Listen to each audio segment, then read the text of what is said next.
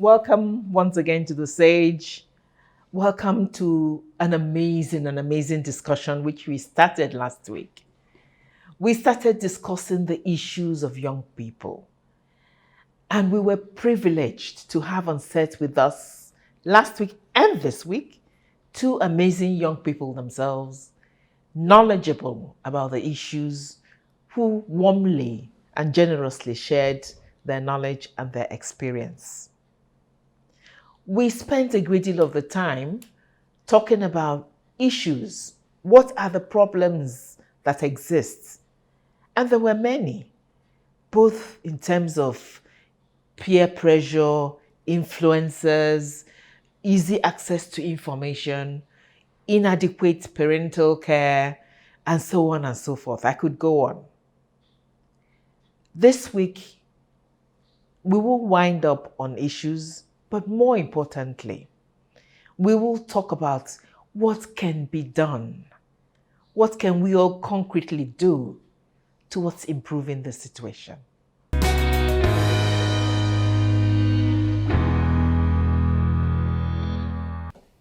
So from my end, I think the mentorship thing. So I see it as a circle. So the mentors need to mentor the youth, but I also believe that the youth should also make themselves available for mentoring. Right. Because in identifying several mentors, role models out there, you can come up with a beautiful, amazing project, an idea. And the truth of the matter is, the sponsors of Big Brother Nigeria, for instance, it wasn't just in Nigeria. I think it was Big Brother Africa. And then someone, I don't know who, just decided, you know what, let's bring this to Nigeria. And then for like more than 5 years now, Big Brother Nigeria has been going on and on. And we know the kind of, we don't want to have that conversation now. But then, and we have Nigerian youth who are leaving secondary school and thinking, oh, you know what, I want to also be in BBN, so I can do this, so I can do that, so I can hammer and roll with the big boys. Because that's the kind of lifestyle they are seeing. Yeah. But if they can also make themselves available for mentoring and reach out, to mentors, it would make life better. I remember when I was when I finished law school in 2013 or thereabout, and in fact I think most of my life it's been about volunteering. And I think recently when I was brushing up my profile, in fact before I sending it to Stephen, and when going through, I was like, Ifela, you've tried though.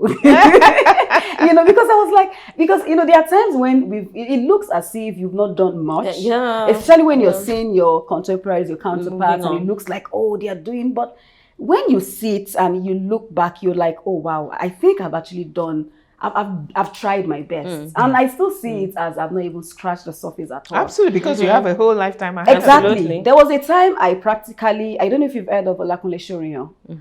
He's a motivational speaker like the likes of Fela Jotoye and what have you. And these are people that are actually difficult to find. I know you to be wondering, okay, they are saying we should make ourselves available, but how do we reach them?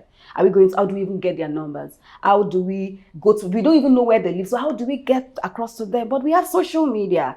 I needed to get through to Kunle Shoriyan because at that time I didn't want to work in a law firm. I was in that part of my life where I was like, no, I don't think law firm is what I need now. Yes, I've been called to bar, but no, law is kind of boring for me now. I want project management. I want to serve. And I tried looking for Olakunle Shoriyan, but it was difficult. Then I like the operative word. I want to serve. Exactly. Because in the end, that is the clarion call for everybody. Yes. For every young person, for every to recognize that your life is a call to service. Exactly. Please go on. And I checked, I looked for, I couldn't get through to Olakunle Shoriyan. I was following him. I sent a message. I guess he didn't see, but I said, okay, let me pass through his wife, Pastor Tiwa. I sent her a message, hello ma. Of course, I didn't tell her that I was trying to get through to her husband. But I was like, hello ma, I love what you do. And she was into ministry. I was like, I love what you do. I'd like to work with you and what have you. She set up an appointment with me. And because I already had executive assistant, PA experience, all my life I've worked with Ogas at the top. And I think that kind of framed me. I went for the interview and she was like, okay, Ifenla, you know what? Let's do this. I interned with her for like maybe 1 or 2 months. So it was just a matter of time for Olakunle to just notice me and like, okay, Ifenla, you need to work with my HR. And that was it. I wanted Olakunle Shorenyo, but I got through his wife. I worked with his wife, but it was just, I mean, so you're giving your trade secrets, right? But, I can say a whole lot, there are several other, organs at the top, stakeholders in the country that it was quite difficult to reach, but I just needed to pass through several doors, but because my eyes were fixed at the goal. So I think for youth, they need to make themselves available, but the social media is not just for you to hashtag and feel woke and what have you. If you have that sense of purpose, it's just a matter of time for you to make yourself and be strategic in trying to make yourself available to such a person. Say, for instance, I'm following you and I want to work with you. I'm following you. I drop a sensible comment here and there. Oh, wow, I love the video you did. Very wonderful. I think this and this and this. Please drop a few for the sage. And you might not even comment. You might not say anything. Another week, I do something else. Yeah. I say something else. And I keep up. It's a matter of time for you to just notice. I'm like, oh, this person is always. And maybe when I send a message, by default, you want to know what the message is. But our youth are just so, interested in just cashing out. They don't want to do the work. So now if I have, and I've been able to reach out to you, and maybe I have a project, I know funding is a big problem for youth. Yeah. Funding, ideas is not a problem. Getting an idea, as I am right now, I can think of about 3 different ideas that youths can be, can make things work in the country. But funding is a problem. But then how do we get the funding? You can't get it yourself because you've not done much. But how do you get to people? The circle. Yeah. And nobody, I like to say that if you're not on the menu, don't even think of being on the table. So youth have to see themselves as being inside players, being on the table, not even the menu, because the menu, they'll just throw it. But the table is very, very important. So if youth are not, and it's still about the purpose thing, if our youth are not seeing themselves in the center of things in the next 5 years, 10 years, 15 years, then they will start living their lives, one time or the other. So the mentors are up there. They've lived their lives. Like you said, some of them might not even know that, they need to calm down and, accommodate the youths. So even if that is the case, we youths can go up there and look for them.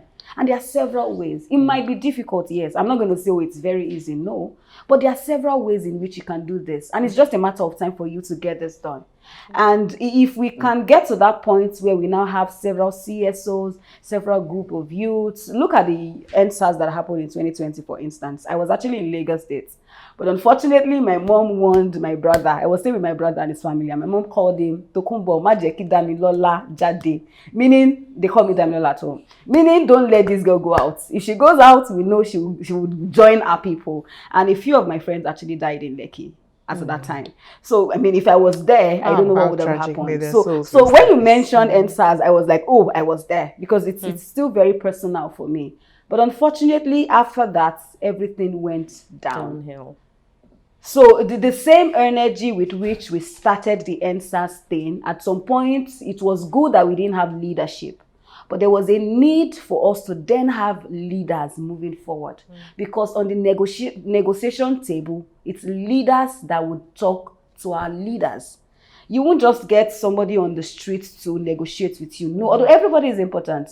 The guys on the streets, because they were the ones that ended up and hijacked it. So they are also important. The youth in the university, they are important. But they are role models, social influencers in the society that we considered as role models, as leaders. There are people like that we need to speak with, to go along with, to the negotiation table. Because no matter how much we say the government is bad, the government is bad, if we don't see ourselves negotiating with them and being inside players, we only end up being outside. And nothing gets done if you're outside. You need to be on the table. So there are lots of tools to this. There are lots of intentionality to this. Our youth need to understand how this is done. It is a strategic thing. It's an intentional thing. And it's not just by hashtag. Hashtagging is just for social media. This is reality. And this is what gets things done. And finally, so we talk about Yakubu Gowon, Obasanjo, and the rest of them, Murtala Mohammed. These guys were like in their 20s and 30s when they took leadership. They were young. And we're talking about youths now. So it still comes back to role models. Most of these guys were carrying bags for leaders. They were messengers. They were maybe messengers. They were doing gardener works and what have you. They were advocating with these people who were in front, but they were at the back. Now, there are times when we see pictures of this person, and our present leaders, and you see that, oh, they've been there all along. But our youths don't want to be on the table. And I'm very, very particular about that.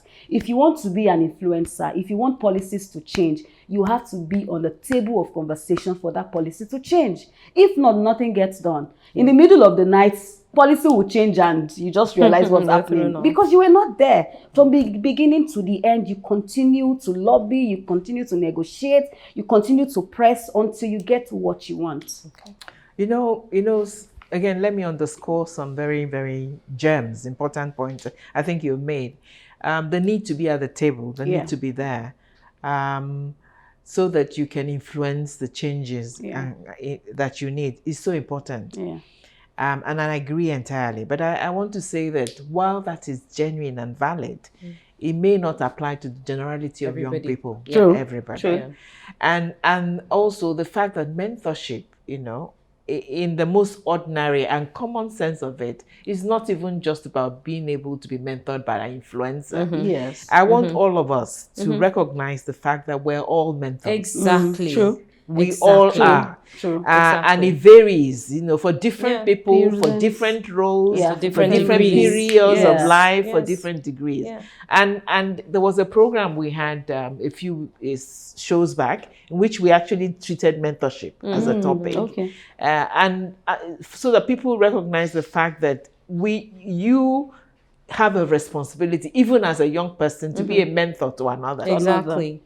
Exactly. And therefore, because all of us in life need mentors. Yes, we do. It's for us, and the mentors, being that role changes. At different stages of my life, I need different people, I need different types and so on.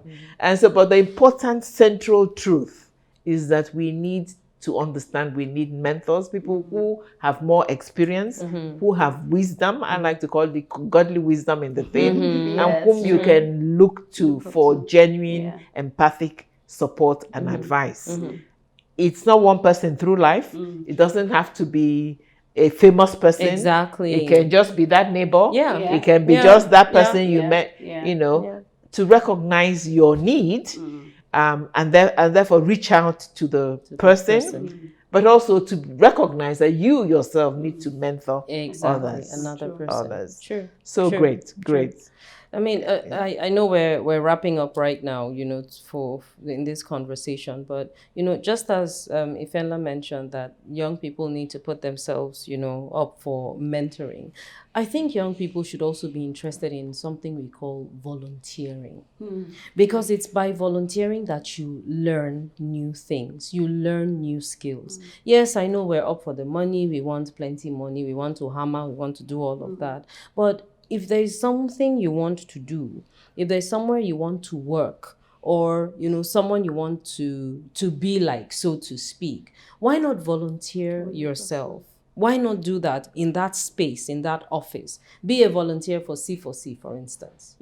Just be a volunteer. That's a good advice. True. Be a volunteer, for that in that organization. I mean, as I said, I worked on Nigeria Info, and there was some guy who came in, after his youth corps, he didn't have a job, so he just said, well, let me just volunteer. He wasn't being paid, but he was diligent. He was at work every single day, did his work, put in the best. I mean, who would you think they would look at first for employment? He's the first person they would look at. And that's the advantage of volunteering your services. I know it's not something very common in our climb, but it's something we need to keep harping on, that young people need to be up for volunteering.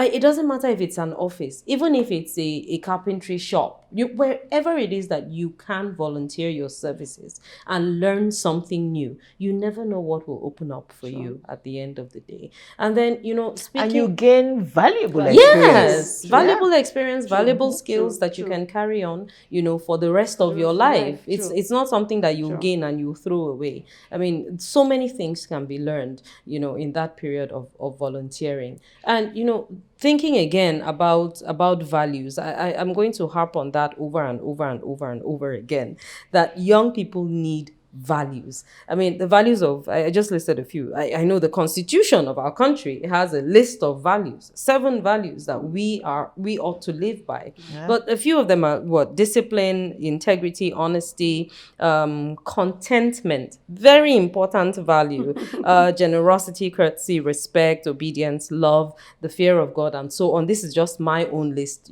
of values that I live by. And by God's grace, I'm, training my children, to live by as well. But it's important that we teach young people and teach children values.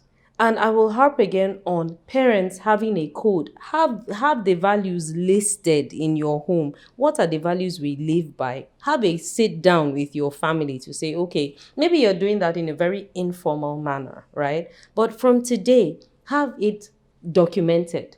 That these are the values that we live by. These are the things that we stand for. And anywhere anybody sees us, they know that we are standing for these things. So it's not informal. When you write it down, and put it in different parts of the house, you now begin to see that, oh, okay, mommy and daddy are serious about this thing. And they actually want us to live by it. So it's not just about writing it down also, but also living it out. It's important. I'd want to stress on the value thing. Yes, ma'am. Again, thank you for echoing some of the things that were in our call of action, where we listed some fundamental values and principles, which we as a people, connected people, a country, must accept and live by if we want a better tomorrow. Yeah. One of it is interconnectedness. Yes. Yes. We are our brother and sister's keeper. Yeah. There's no other way for peaceful existence. Yeah. I like usually to say, you must love yourself. For many of us, whatever the religion, the cardinal principles are the same. A love of a God, a believing that there's a greater being somewhere. Yes. A love of yourself. And then a love of your neighbor. I had to say to a friend of mine recently and said, you see, when the great master taught that, he didn't say love your neighbor more than yourself. Because if you did that, you failed. Yeah. The fundamental starting point after God is yourself. That love of yourself. And that love is a belief in yourself and your abilities and the fact that you need to be happy and well cared for, right? Yeah. From there streams your ability to love others. True. That is when it can be, because he recognizes that it is when you love yourself well that you can love others. That's why it's as yourself. True. Very true. And that in that interconnectedness comes peace, contentment, and harmony. True. And until we begin to live it, we fail. That is why we have conflicts. That is why we have hatred. That is why we have bias. That is all of the evils exist because we don't recognize that we must be responsible for each other and that in doing that, we will have a happy life. True. Very, very true. And if we don't get that right from the scratch, it's not when the child is 25 that you now want to start putting values. It's when the child is in the womb that actually, it must be your nightly prayer to your baby. From the womb, we start speaking to the children, speaking to them every time, loading them with those virtues because they listen. They hear it. I mean, psychologists say so, that they do hear. They do. They feel the vibrations, they hear all these things. So if we start speaking to them from the womb and telling them about the virtues, the values that we have in this home, this is what we will live by. These are the things that we will live by. And we tell our young children, they will grow up knowing these values and these virtues and, by God's grace, live by them. Yeah. It's been such a wonderful, wonderful sharing Yes, it and has. discussion that I am almost reluctant to bring it to a close. I hope we'll have some time for closing comments. Yes. And Okay. so that is my close. My close is stay with us. We'll be back in the next segment to end this absolutely amazing discussion. Thank you.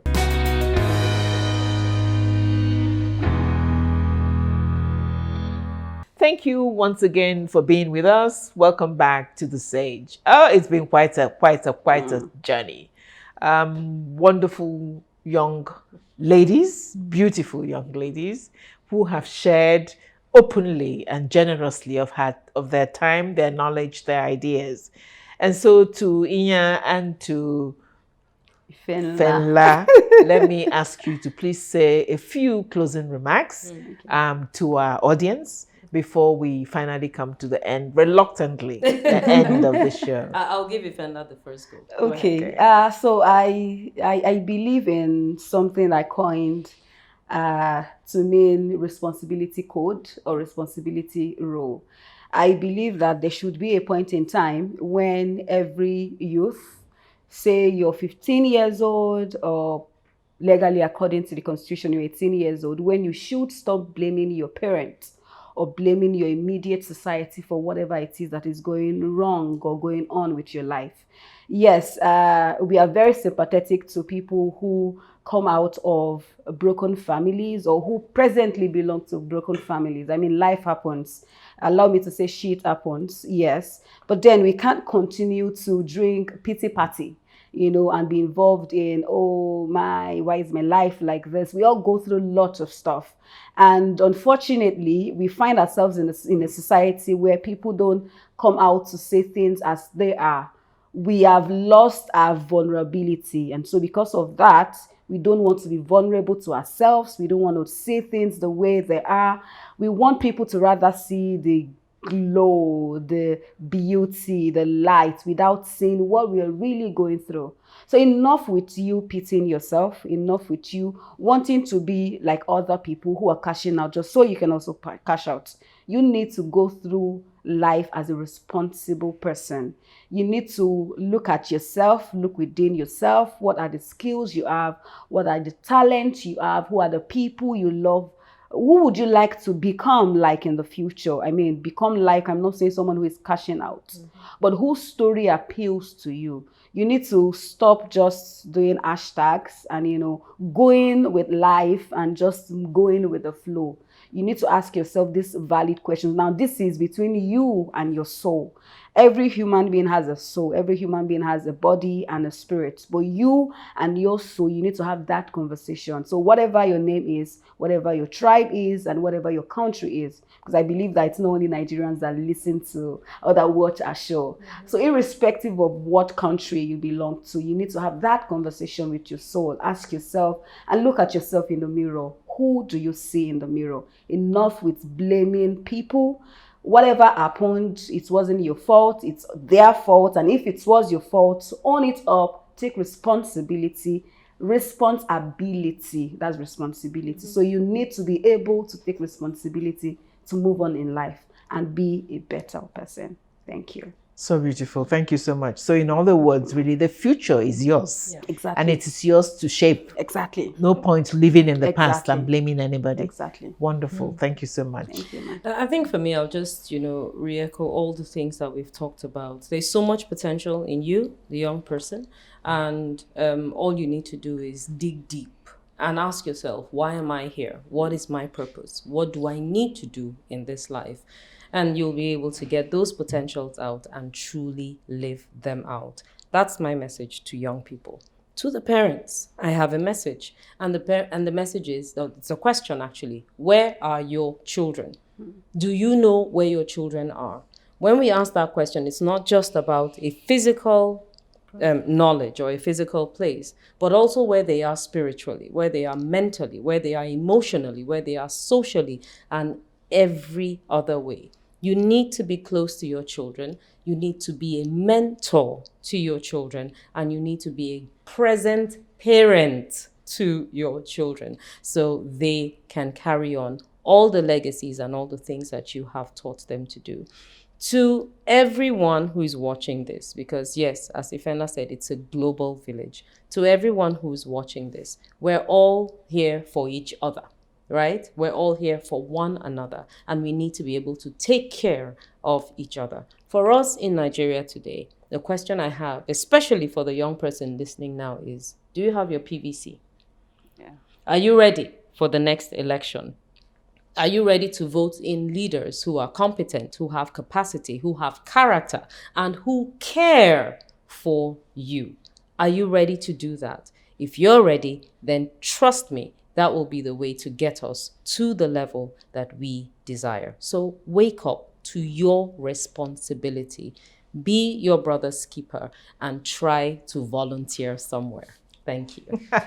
Thank you so much, Inya. That is beautiful. I mean, I don't think we can end on better notes than these words we had from both of you.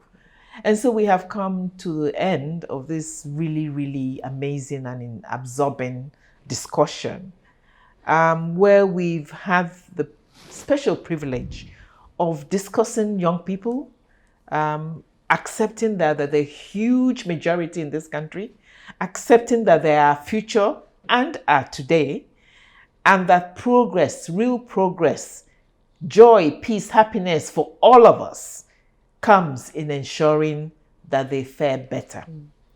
We've discussed their problems, but we've also made many important suggestions about what needs to be done by everybody, young people themselves, but also our collective community, the government, the other sectors, and so on, to make things better. That is great. And to our mind on the Sage, as we continue this journey towards making our call of action a reality, we think it's wonderful, and that coming forward, we will be able to come out with concrete, clear recommendations and ways of action. Please do join us next week, when we will actually be having a forum of young people who themselves, discussing as a group, will also tell us what they think and which direction they think we should be going. So thank you all. It's been amazing. It's an extremely important discussion. Thank you for listening, and do be with us as we continue and wind up. See you next week. Thank you.